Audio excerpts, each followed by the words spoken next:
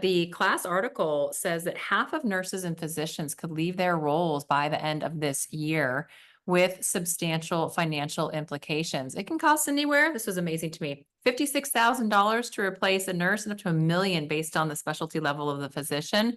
And most clinicians, whether that's a nurse or a doctor, they want to stay in their field, but they're becoming more selective about workplaces that prioritize their well-being and their job satisfaction. How do you optimize the environments so that the people using the products want to be there? So there are some organizations that are addressing this head on and doing some really great work in this space.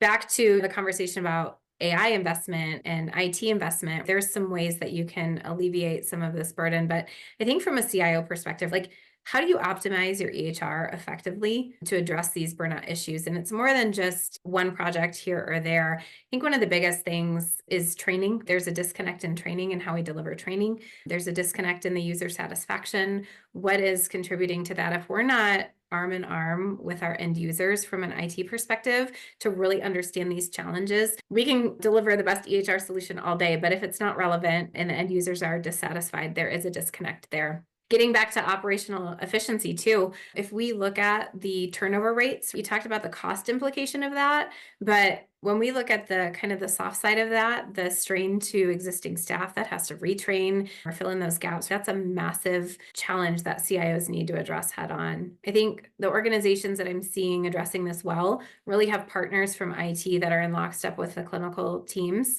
This is a continued conversation. It's not a one solution that fixes this. It's a day-to-day, small step process improvement to make sure that we're addressing this challenge.